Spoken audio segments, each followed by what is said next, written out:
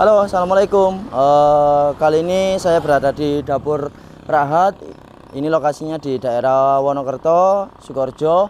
Ini dapur khusus masakan Arab yang mana menyediakan nasi mandi, nasi bukhari, nasi kabsyah, dan biryani. Nah, untuk lebih tahu lebih jelasnya, kali ini saya nanti akan bahas tentang makanan, juga tentang peluang bisnisnya, juga manajemennya. Ya udah, daripada lama-lama, yuk ikut masuk.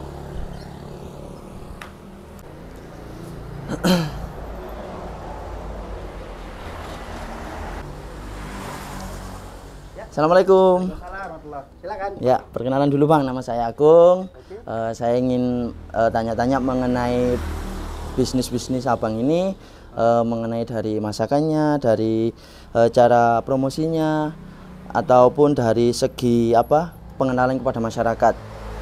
Nah, sebelumnya itu bisa perkenalkan dulu ke teman-teman. Oke, assalamualaikum warahmatullahi wabarakatuh. Teman-teman dari ALDB Project.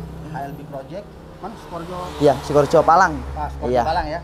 Perkenalkan, nama saya Fawaz Fadil, dan sebagai Fawaz ya. Ya. Di sini terkenalnya Fawaz Rahat. Karena bisa dilihat dari dapurnya, nama tempatnya. Dapur Rahat.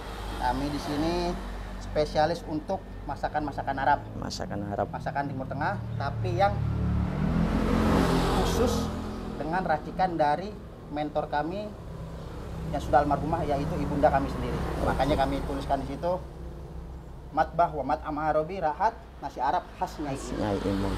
Ya udah, daripada kita berdiri lebih baik kita duduk aja Bang ya. Silakan. Biar lebih enak.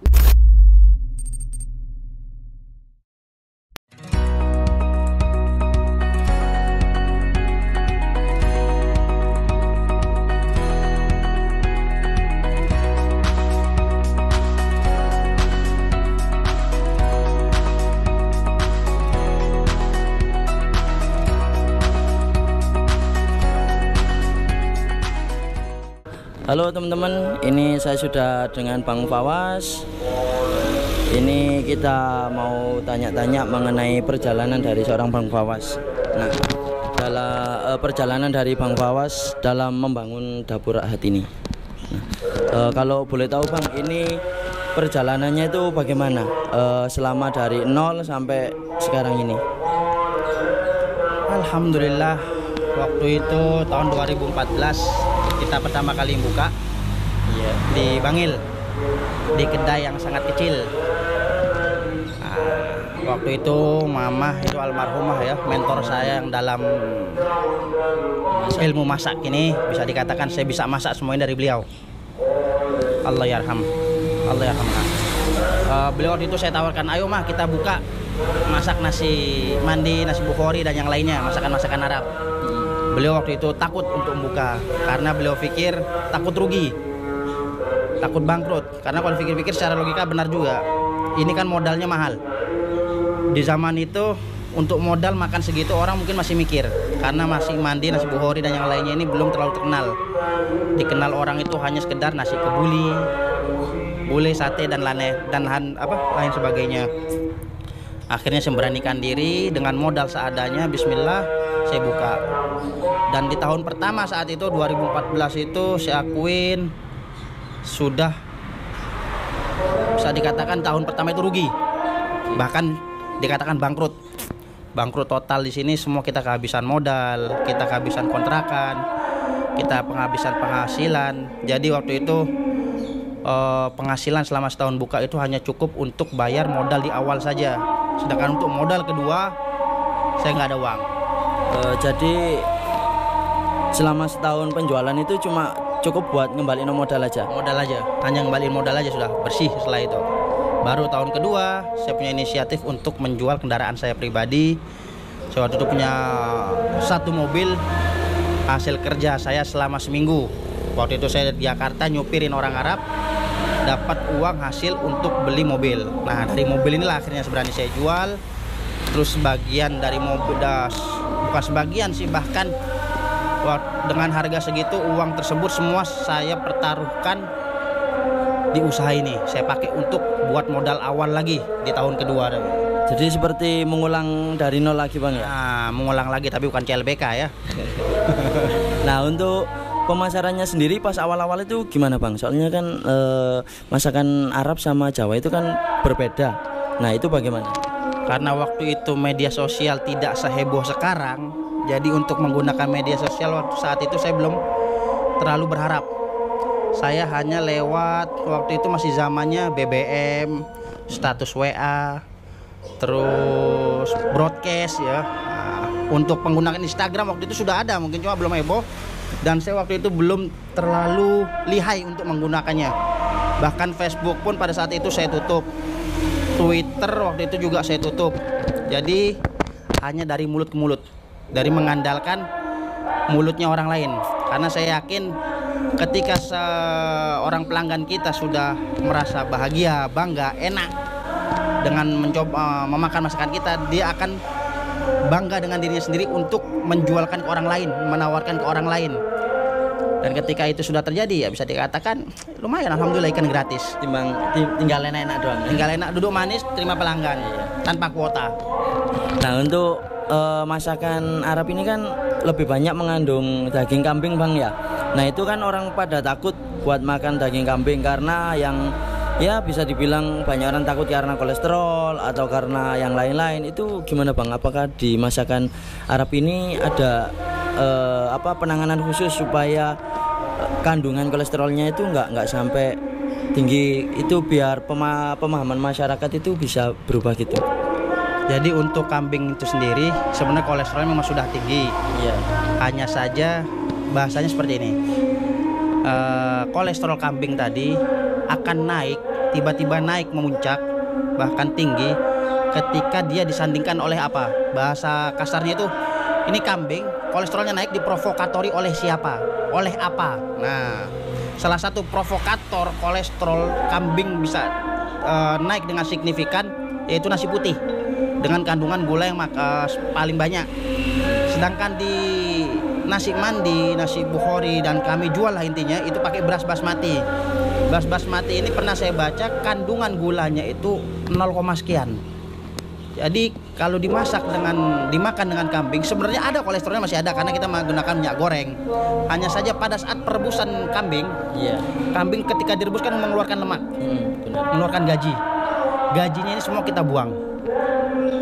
Oh, jadi penggunaan daging gaji itu nggak dipakai Bang ya? Nggak dipakai. Gajinya sendiri kita buang dan kandungan gaji ketika dimasak itu juga kita buang.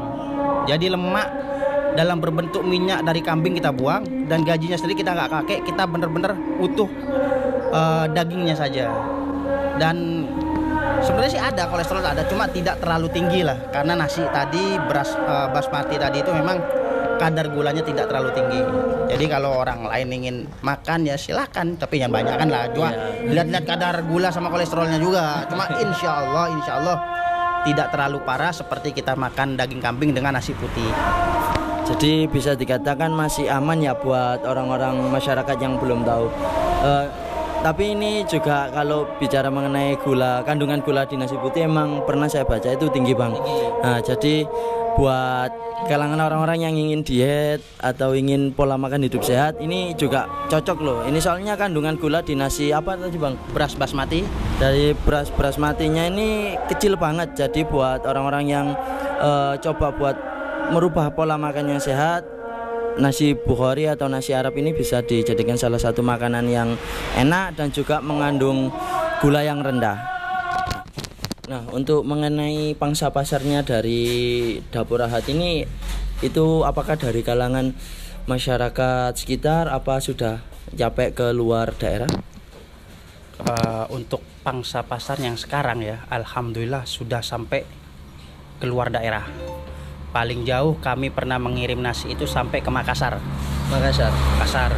Untuk daerah Jawa Barat seperti Jakarta, Bogor, Cirebon, itu kita sering ngirim. Nah, alhamdulillah Pontianak, ke Banjarmasin, kita sering ngirim nasi. Jadi kalau bahasanya itu kalau dibayangkan kita ngirim nasi mandi, dari Wonokerto, Sukoharjo kita kirim keluar daerah. Jadi alhamdulillah kedepannya nanti ini ingin saya jadikan salah satu maskotnya Sukoharjo. Nah, jadi orang kalau ingin ke daerah Bangil, daerah Sukoharjo dan sekitar, kalau belum ke Dapur Ahad, bisa dikatakan kurang afdol dan kurang lengkap. Nah, alhamdulillah semua itu diperjuangkan sejak pertama kali buka di sini. Alhamdulillah diperjuangkan oleh Bapak Camat Sukorejo yang lama, yaitu Pak Diano. Nah, Pak Diano yang sekarang sudah pindah ya. Pindah tugas mana? Ke Disperindak kalau nggak salah. Oh, Pak Diano sukses terus Pak ya. Alhamdulillah, mudah-mudahan sehat terus, sekeluarga sehat, walafiat dan sukses terus. Beliaulah salah satu yang sering memasarkan atau mempromosi, memarketingkan secara gratis. Alhamdulillah dari beliaulah Dapur Rahat dikenal oleh bupatinya pada saat itu masih Gus Irsat, alhamdulillah. Terus dikenal oleh anggota-anggota DPRD-nya. Alhamdulillah kita juga dapat sering pesanan dari kantor Bea Cukai, kantor mana itu, kantor-kantor yang ada di kawasan perkantoran Raci. Alhamdulillah juga dari Kapolres, Kapolda, dari Poldanya, dari Polresnya, baik itu Kapolresnya ataupun Kapoldanya. Alhamdulillah kita sering, dan alhamdulillah sampai sekarang pun untuk Polres Bangil, Polres Sidoarjo, ataupun Polda Surabaya sampai ke Mojokerto, alhamdulillah kita memiliki pelanggan setia dari beliau-beliau ini. Nah, ini kan apa di kondisi sekarang yang pandemi ini apakah berpengaruh ke penjualan, ke pelanggan yang datang, itu apakah berpengaruh apa enggak, Bang? Alhamdulillah. Awal pandemi ya, saya nangis dalam hati, tapi ya nggak mau nunjukin ke mama lah waktu itu. Allah yarhamha, ini beliau waktu saat itu masih hidup. 3 bulan pertama itu biasanya kita 1 bulan menghabiskan beras 100 sampai 150 kilo beras per bulan. Pada saat itu 150 kilo itu 3 bulan belum habis. Pandemi 3 bulan pertama. Dan seiring berjalannya waktu, alhamdulillah pelanggan-pelanggan setia kami mungkin tidak tahan untuk menahan rasa rindunya kepada nasi mandi, nasi bukhori, ataupun nasi kabuli, ataupun nasi biryaninya. Akhirnya mereka mesan. Mungkin untuk makan di tempat saat ini tidak begitu ramai. Alhamdulillah saya juga sangat diuntungkan lah dengan tidak makannya mereka di sini dalam keadaan pandemi seperti ini, karena kami semua juga bisa menjaga diri, mereka juga bisa menjaga diri. Tapi untuk pesanan alhamdulillah selalu ada. Seperti tadi ada pesanan dari Pandaan, kita mempunyai kurir sendiri yang biasanya suka nganter nasi. Itu tidak hanya sekedar Kabupaten Pasuruan, bahkan dia paling jauh itu pernah nganter nasi ke Gresik. Ojek itu ada ojek namanya GoFood. Kita memang tidak punya GoFood, tapi kita punya GoFood. Dan alhamdulillah dia amanah. Ke pelanggan-pelanggan juga suka karena dia sopan orangnya. Itu sampai ke Gresik, bawa termos, naik motor ke Gresik. Nah, untuk kendalanya selama pandemi ini apa, Bang? Kendala yang dihadapinya itu? Ya, kalau dikatakan berkurang ya memang berkurang lah, tapi alhamdulillah tidak terlalu signifikan. Ya, yang tadinya sebulan habis 150 kilo, 200 kilo beras, sekarang paling minim itu 80 kilo habis beras itu. Saya kalau ditanyain berapa sih sehari habis beras, berapa sih sehari habis kambing, kita tidak bisa menebak. Karena yang namanya penjualan ini kadang ada rame, kadang ada sepi. Tapi yang pasti per bulan itu kurang lebih 1000 sampai 1200 porsi per bulan. Nah, ini kan bisa dilihat sekarang kondisinya agak sepi warungnya ini. Nah, biasanya itu rame-ramenya warung ini jam berapa, Bang? Apakah ada jam-jam tertentu dari jam istirahat kantor atau jam waktunya pulang atau gimana? Nah, itu dia. Karena tadi saya udah jelasin ketidaktentuan mereka dalam makan di sini. Biasanya sih, tapi yang paling sering itu jam-jam segini, di atas jam 12 sampai jam 3 sore. Itu biasanya. Tapi kalau untuk pesanan ya suka-suka mereka, sudah kadang subuh ada yang pesan jam 4 subuh tuh ya, kadang ada pesanan 10 nampan, 15 nampan tuh ada. Itu tetap dilayani, Bang? Jelas. Kirain apa kalau subuh ditunda dulu, nunggu buka dulu, apa subuh pesen bisa langsung diantar? Kalau buat subuh itu harus pesan beberapa hari sebelumnya. Bagi mereka yang sudah jadi pelanggan setia kami, alhamdulillah mereka sudah mengerti. Biasanya kami ini tutup warung itu tidak jelas. Biasanya kalau ada acara, ada keperluan baru kami tutup. Jadi sebelum mereka kesini mereka telepon. Ataupun untuk pesan mereka sebelumnya juga nelpon. Adapun untuk subuh jam 4 jam 3 kami layani. Kalau mereka nelpon sebelumnya kami layani. Tapi kalau dadakan kami tidak melayani. Oh, jadi kalau yang di luar jam operasional harus pesan dulu ya? Harus pesan dulu sebelumnya, sehari atau 2 hari lah. Tapi kalau banyak sampai ratusan, seminggu sebelumnya itu. Karena kenapa? Kami mengumpulkan kambingnya ini susah. Nah, untuk kambingnya sendiri ini apakah sama kambing-kambing biasa atau lain? Soalnya kok agak susah katanya Bang Fawas. Nah, susah di sini dalam artian saya nyari kualitas kambingnya yang bagus. Kebetulan saya punya pelanggan di Bangil hanya 1 orang. Dan beliau ini bisa dikatakan hampir semua restoran yang menjual masakan kambing ngambil daging kambing ke beliau. Jadi kami juga dijatah paling banyak itu paling 10 kilo. 10 kilo itu per hari? Per hari.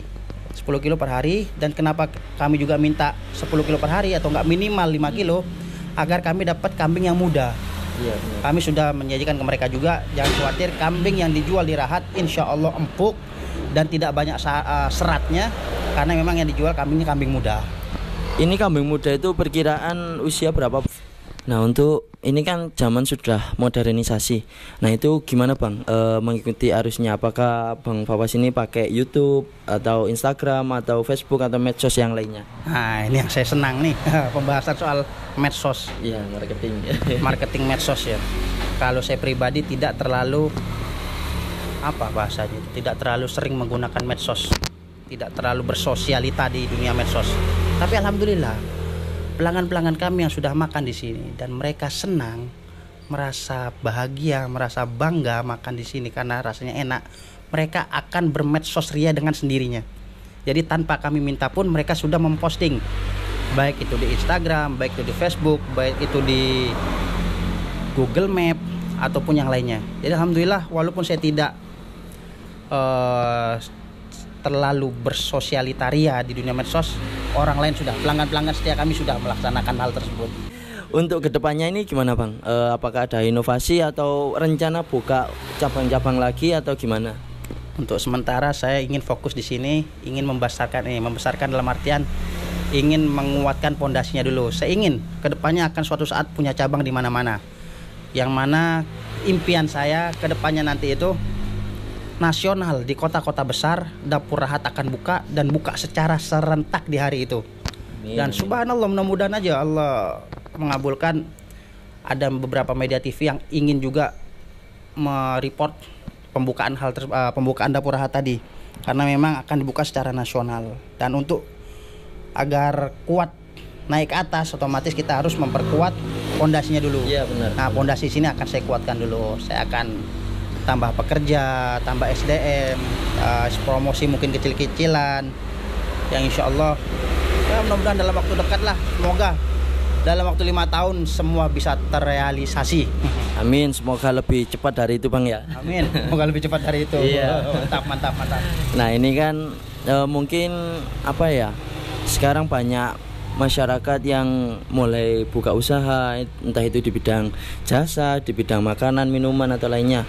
Ada nggak sih Bang pesan-pesan buat teman-teman atau saudara-saudara di luar yang baru buka usaha? Pesannya dari Bang Fawas gimana? Soalnya kan perjalanannya Bang Fawas ini sudah ya bisa dibilang kuat lah. Saya itu modal dulu buka usaha itu pakai gerobak. Modal duit 500.000. Saya waktu itu jual mahar istri. Mari saya jual, saya akui. Waktu itu pertama kali buka di Jakarta. Karena saya tidak punya modal banyak, saya pakai gerobak. Saya jual waktu itu di sebelah tempat pembuangan sampah, 1 RT lah. Jadi pada saat itu pembeli juga bilang, orang-orang yang beli bilang lah untuk mempromosikan ke teman-teman mereka, ke sahabat-sahabat mereka. Mereka bilang, ini loh ada makanan enak di sini. Dulu pertama kali saya jual tuh syaksuka sama nasi goreng kambing. Di mana jualnya? Ini sebelah tempat sampah. Masa iya, secara logika masa iya ada makanan enak dijual di sebelah tempat sampah? Iya, benar. Benernya memang tidak etis. Iya, tidak pantas dan tidak mungkin bahkan kan. Tapi alhamdulillah mamah mendukung, saya belajar dari mama. Dan saya juga sudah melihat dari waktu itu memang kecil di Jakarta itu saya sama nenek, yang mana nenek ini juga punya usaha restoran. Beliau berangkat dari Malang ke Jakarta merintis dari usaha cuma gotong royong sampai beliau punya waktu itu 3 cabang resto di Jakarta. Itu nasi Arab juga? Bukan, waktu itu masakan Jawa Timur, khas Jawa Timur. Jawa Timur. Dari beliau ngontrak rumah 1 petak sampai punya rumah itu 2 dengan 3 lantai bangunan. 1 buat rumah, 1 bangunan rumah lagi untuk dapur. Jadi di sini jangan putus asa. Di tahun pertama memang biasanya saya lihat selama saya buka cabang beberapa kali buka usaha, 3 bulan pertama itu boomingnya kita buka usaha. Orang buka usaha orang beli ke kita itu penasaran. Kayak apa sih rasanya? Dan yang namanya orang penasaran itu bukan 1 2, bukan 10 20, iya. bisa ratusan. Iya, benar-benar. Nah, setelah mereka penasaran, itu mereka akan kembali lagi kalau cocok. Oh, masakannya enak, balik. Oh, masakannya nggak enak, nggak balik. Nah, itu biasanya bertahap dalam waktu 3 bulan. Setelah 3 bulan, usahakan keuntungan jangan diambil dulu. Tabung aja. Buat modal setelah 3 bulan. Karena setelah 3 bulan nanti biasanya ini udah mulai turun. Sampai setahun. Setahun kita berusaha lagi, promosi lagi, pengenalan lagi. Begitu orang-orang sudah kenal, insya Allah di tahun kedua, tahun pertama kita nyari balikan modal. Tahun kedua nyari pelanggan, tahun ketiga seterusnya lah insya Allah kita baru ngambil keuntungan. Maka dari itu jangan terlalu bangga pada saat ternyata urusan rame ini. Nah, itu jangan terlalu bangga dulu. Iya, benar. Usahakan low profile sebisa mungkin, slow mungkin, dan simpan uang tadi pada saat untuk nanti ketika usaha kita jatuh, kita bisa punya modal dan kita masih bisa bangun. Dan jangan monoton. Ketika kita sudah punya sesuatu yang khas, usahakan monoton dari sini dalam artian gimana ya? Inovasinya di sini bukan ganti makanan ya, tapi menambah menu. Nah, jadi seperti itu teman-teman. Intinya dalam buat suatu usaha baru itu dalam jangka waktu 1 sampai 3 bulan itu emang orang penasaran dan itu emang rame-ramenya orang beli. Nah, setelah 3 bulan sampai 1 tahun itu agak turun. Nah, setelah tahun ketiga baru kita bisa mengambil keuntungan atau membuahkan hasilnya. Nah, jadi mungkin cukup sekian sampai sini Bang ya wawancaranya. Untuk kedepannya insya Allah nanti akan saya kunjungi lagi. Siap. Nah, sebelumnya itu bisa dijelaskan alamatnya ini di mana, terus jam bukanya, terus juga menu-menunya Bang. Oke, untuk alamat kita berada di Desa Wonokerto ya, di Jalan Raya Sukorjo Bangil ataupun Jalan Raya Bangil Sukorjo. Adapun untuk jam buka biasanya kita buka jam 8 pagi sampai jam 7 Isya. Kalau tidak ada pesanan. Iya. Tapi kalau lagi ada pesanan, biasanya kita tutup seharian. Ya, ada baiknya sebelum kesini telepon dulu. Untuk nomor teleponnya nanti saya cantumkan di deskripsi ini biar lebih mudah buat melakukan pesanan Bang ya. Siap. Nah, untuk menunya sendiri Bang. Untuk menu kita yang best seller tadi ya, ada nasi mandi, terus ada nasi bukhori, ada nasi biryani. Nah, ini biryani ini dulu yang paling mahal karena bumbunya masih impor. Kita biryani ini masih impor dari India atau enggak dari Saudi. Cuma sekarang kita sama ratakan karena pengiriman lagi murah. Tapi entah lagi ke depannya ya kalau misalnya bisa mahal lagi. Terus ada nasi kobuli. Nah, ini kobuli Hindi. Kita namakan kobuli Hindi karena tidak memakai santan. Nah, seperti saya tadi jelaskan, memakai susu sapi, bisa request susu full cream ataupun susu low fat. Terus ada lagi yang sering sekarang ini kita masak yaitu ada shakshuka, ada marak. Nanti juga insya Allah akan ada sate kambing, akan ada tongseng, akan ada fatiroh dan menu-menu yang lainnya. Insya Allah mudah-mudahan bulan depan sudah bisa terrealisasi menu-menu baru ini. Nah, jadi yang penasaran, yang ingin coba, dijamin deh ini buat teman-teman yang takut makan kambing. Insya Allah ini sehat, aman. Yang penting nggak berlebihan Bang ya. Nah, yang berlebihan.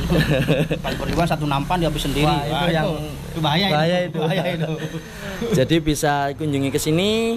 Kalau mau ke sini ragu itu dalam artian udah tutup atau rame, bisa pesan dulu di WA ataupun bisa lewat delivery order. Itu pakai kurir dan kalian semua cuma tinggal nunggu di rumah dan nanti siap makan. Siap menikmati nasi mandi Wonokerto di rumah masing-masing. Nah, mungkin videonya cukup sampai sini. Terima kasih banyak buat teman-teman.